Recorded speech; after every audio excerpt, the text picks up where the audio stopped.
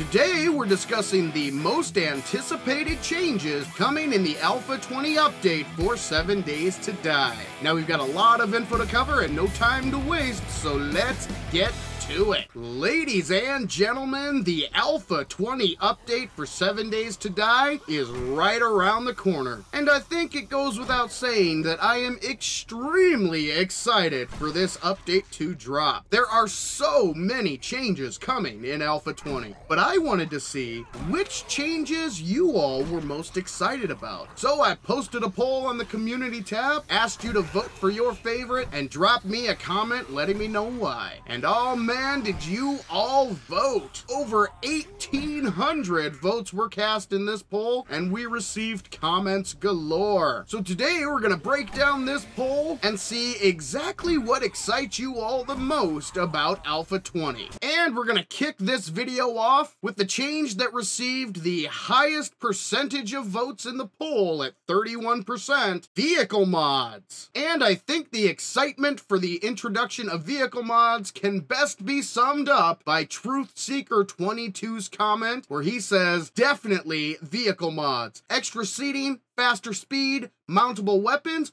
what more could a person want? Well, Truthseeker, I have to say I 100% agree. We've been waiting for the Fun Pimps to introduce vehicle mods for as long as vehicles have been in the game. And ladies and gentlemen, that long wait is finally over. Tony Evans expands on this idea by saying, looking forward to finally being able to make my gyrocopter a 2-seater. Fuel saving, turbo injected, beast with a spare gas tank. Might even diet pink or purple. The expanded seating mod is definitely one of the things I'm looking forward to the most when it comes to vehicle mods. Being able to have a buddy jump in that side seat as you take to the skies in your gyrocopter is going to be awesome. And Gun Chronicles says, vehicle mods. I would love to be able to mount an M60 on the 4x4 and use it while driving around. Oh man, ladies and gentlemen, could you imagine having the ability to mount a machine gun onto your 4x4? Whew,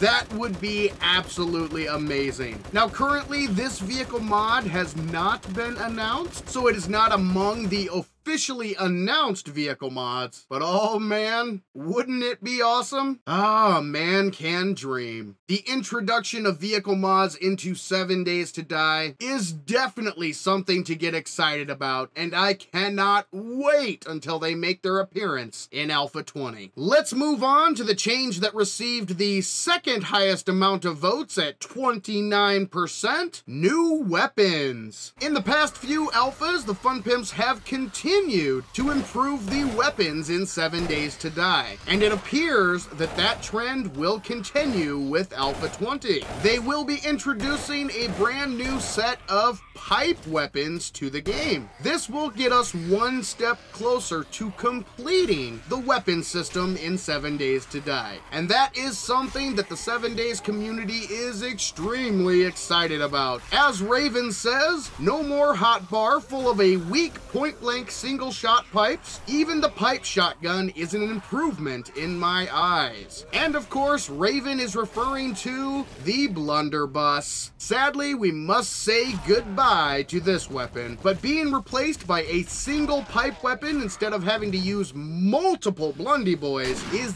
definitely an improvement. By adding more variety to the weapons in 7 Days to Die, the Fun Pimps will definitely provide a better all-around gaming experience for the players. As Roman Espinosa Hernandez says, you don't simply shoot at the same ugly zombies with the same ugly weapons. Well, Roman, I must say I completely agree with that sentiment. And I also agree with this comment by CC. CC says, more interested in pipe baton. Finally, some improvement in intellect build. Absolutely. It is so nice to see the baton weapons getting a little bit of love and attention. The stun baton is such a fun weapon and has so much potential in 7 days that I'm really interested to see what the Fun Pimps do with this weapon tree in Alpha 20. Let's move on to the change that received the third highest percentage of votes at 23%, Random Gen. I think it is safe to say that the Random Gen system in the current version of 7 Days to Die leaves a lot to be desired and is in desperate need of an update. Well, thankfully, folks, that update is coming in Alpha 20. I think Fire Punch 012 puts this rather well when they say, "That's a really good question. I just began playing less than a month ago. Absolutely love the game. Alpha 20 looks sweet. I really like the new pipe weapons coming, but I think I'm most excited for the new World Gen. Being a longtime Minecraft veteran, I find level gen a bit lacking." And Fire Punch, I absolutely agree with that. As I said, Random Gen in the current version is definitely lacking and has needed an update for a very long time. Thankfully, that update is finally here. And Cynical Greed says, "Random Gen. I want to play in the big city like a big boy." Well, Cynical Greed, you are in luck. The brand new Random Gen system that the Fun Pimps are introducing in Alpha 20 is going to be awesome. They're introducing a brand new district system which will allow the player to craft a world that is much more believable. No longer are you going to have 3 Dishang towers spawning in the same city. With the new Random Gen system, created worlds will feel much more natural, which will really add to the overall gaming experience while playing 7 Days to Die. Let's move on to the change that received the fourth highest vote total at 12% of the vote, the artwork and visuals. One of the most important aspects of